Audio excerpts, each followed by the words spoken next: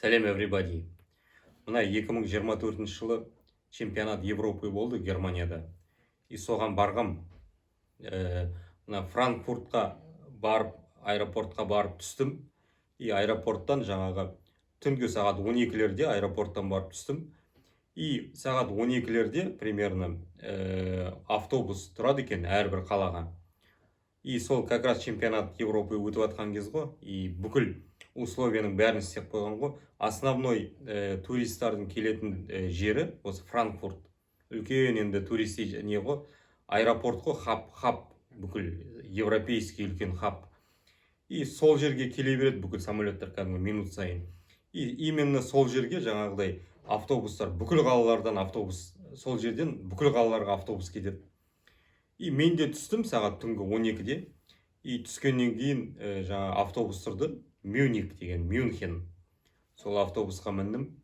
И Мюнхенға түнгі 12 ма, 1 ма, примерно сол сама Мюнхенға алып кетті сол автобус.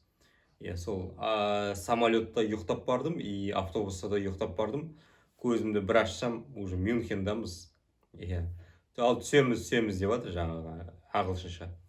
Содан примерно сағат 7 примерно или 8-дің шамасы Мюнхеннан бір районға келіп түстік. Сол жерден сосын кафедан тамақ іштім, завтракты. Богенхаус деген район екен. Сол жаңа тамақ ішіп отырсам, жаңағы ана жерде бір не деп жазылып тұр, ағылшынша common bath деген, жаңағы общественный баня, общий баня деген. И сосын ойлаймын, өзім енді мына Оралда жүргенде постоянно баняға барам, жаңағы веникпенен жақсылап сондай баняның процедурасын ұнатам өзім. И келгесін жерде енді Германияның да банясын көріп кетейін қандай екен деп, жаңа общий баняға, сағат примерно 9-дің шамасы таңертеңгі. Сол общий баняға бардым. Қолымда енді дым жоқ, просто барып париться етіп келейін деп, көрейін деп бардым ғой. Үлкен бір коридор, үлкен бір коридор, общий баня болғасын енді әйелдер де, ерлер де кіріп жатыр. И сосын ерлер мынаяқ жаңағы шешінетін жаққа кіріп кетеді екен, әйелдер өзі бөлек шешінетін жаққа кіріп кетеді екен. И еркектермен бірге кірдім. Шешінетін бөлмеде бір 7-8 немістер. Жаңа шешіндік, полностью шешінгеннен кейін сол жерде жаңағы не береді екен еще? Тазик береді екен. И тазикті алдым да, сосын жаңа бір немістен сұрайым, қалай қарай енді жуынатын жер қаяқта десем, жуынатын жер ана аяққа ары қарай кете бересің дейді. Содан жаңағы жуынатын жердің есігін ашып, бүйтіп жуынатын жердің ішіне қарай кірдім. Кіргенде ана жерде кәдімгідей картина, мынандай картина болды ғой. Жуынатын бөлме, үлкен бөлме кәдімгі. И ішінде деген бір 15 әйел адам, и бір 7-8 ер адам жүр ғой. Бәрі жалаңаш, суға түсіп жатыр ғой.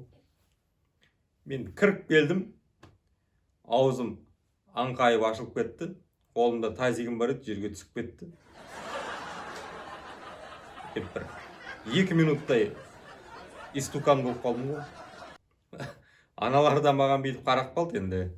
Олар енді мені бұл кім, азиат деп қарап қалған шығар. Бәрінің көздері біресе жоғарыға қарайды, біресе төменге қарайды. Мен өзім бет төменге қарап қарасам, досым, кішкентай досым, ол да аузын ашып тұрып қалған екен, оянып кеткен.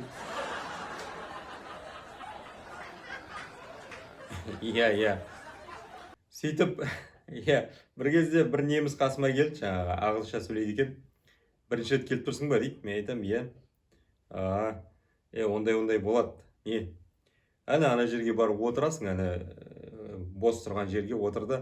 И аннан барып су аласың, сол жерге барып отырып жуынасың дейді. Рахмет деп, сосын жаңа жерге отырып, барып тазикпен барып, жаңа жерден барып кранда ағытып су алып жатырмын. Бір кезде жаңа неміс тағы арқамды қағады. Не ол? Қаршы суың бәрі жанына төгіліп жатыр ғой. Қайда қарап тұрсың? Ағылшынша айтып. Қарасам су деген жанына төгіліп жатыр екен. Опять-таки жаңағы неге кетіп қалыппын мен. Содан жаңа суды әкеліп қасыма қойып отырдым. Сөйтіп енді не керек, анандай картинаны көріп отырғанда уақыт та тез өтіп кеткен екен. 2 сағат қалып едім.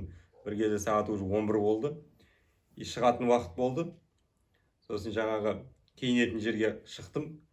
Киінетін жерге шықсам, жаңағы мені қарсылап алған неміс те киініп жатыр екен. Маған айтады: үсті басың құп-құрғақ қой, как будто бір суға түспеген адам сияқтысың. Суға вообще түстің ба дейді. Мен айтам: суға түсу керек пе? Иә. Бұл енді былай алғанда кішкене шок болды маған, енді шок болды. Сосын жаңа немістен сұраймын ғой: мынау енді қиын екен, мынандай. Бірінші рет келгесін қиындау болды маған. Кәдімгідей суға түсе алмадым негізі. Жаңағы қозып кеткен сияқты болдым бір. Енді бұны бір шығару керек болып тұр маған енді. Сен мына жерде бір проституткалар қай жерде жүретінін білесің бе дедім. Ол айтады: как раз келдің онда. Мен білем, өзім постоянно баратын жерім бар. Мен саған онда соның адресін берейін. Осы жерден такси ұстайсың да, сонымен барасың сол жерге дейді. Давай, жақсы. Бірақ енді біліп қой, ол жерде кілең тек элитный проституткалар, простойлар жоқ дейді. Мен айтам: бәрібір маған. Германияға бір келіп жатқанда элитный аламыз ғой обязательно. Жақсы маған дедім. Сөйтіп таксиға отырдым. Жаңағы Богенхаус деген районнан Фредриксхафен деген районға кеттім. Фредриксхафенға келдім. Жаңағы 3 этажды бір үй екен. 3 этажды кәдімгі общий үй екен. Содан жаңағы 3 этажға көтерілдім, есікті қақтым. Бір жігіт ашты. Томас деген жігіт деді, анау айтқаны. Томас ашты. Мен айтам: солай маған бір проституткаға келіп едім. Давай, кір, иностранцысың ба? Иә, иностранцымын. Давай, 3-4 бөлмелі үй, короче. Айтады: ана бөлмеге барып отыра тұр, мен қазір шақырам, келгеннен кейін өзің шығып біреуін таңдап аларсың дейді. Сөйтіп жаңағы бөлмеге кіріп отырдым. Бір кезде бір 5 минуттан кейін жаңағы Томас бөлмеме кіріп айтады: келіп тұр дейді, шық дейді. Сосын жаңа шықтым. Шыққаннан кейін айтады: ал міне Матильда, Тереза, жаңағы Мерседес. Мен айтам: аттары, есімдері күшті екен, элитный. Бірақ енді мынау не түрлері, мынау деген жануар ғой. Мынау міне шошқа, мынау бегемот, мынау ат. Ат дегенде фигурасы емес, ат. Түрі кәдімгі ат қой. Элитный дегендерін қайда? Сонда біреуде ұнамай тұр ма мыналар? Негізі бұлар элитный. Бізде Германияда негізі пышкалар, толстушкаларды кәдімгідей нарасқыват. Бұлар элита болып саналады. Қалай саған ұнамай тұр дейді. Мен айтам: бізде Қазақстанда кішкене по-другому. Басқасы бар ма дедім.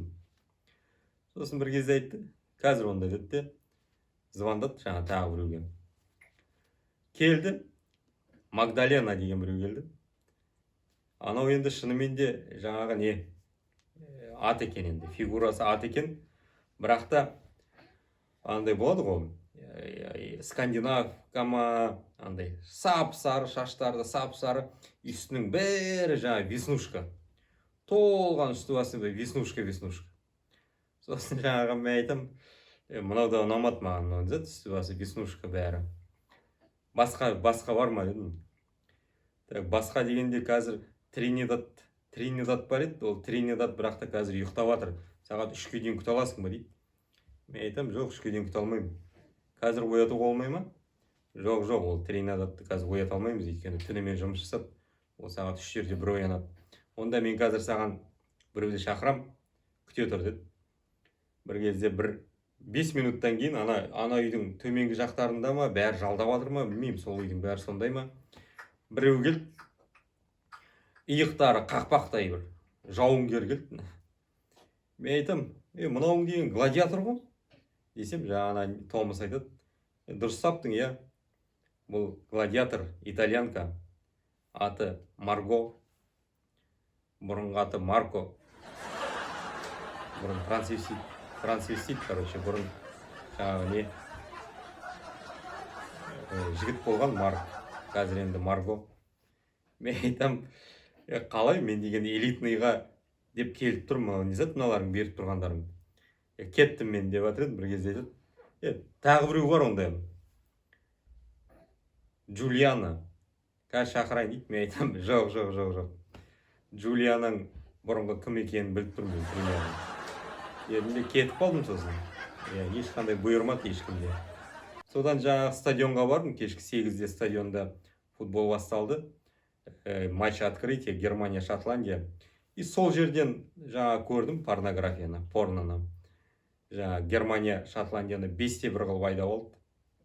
Сонымен бір күнім Германияда осылай өтті. Ал, сау, подписка, лайк, шер бәрі сіздерден, жақсы көңіл күйменен. Сау.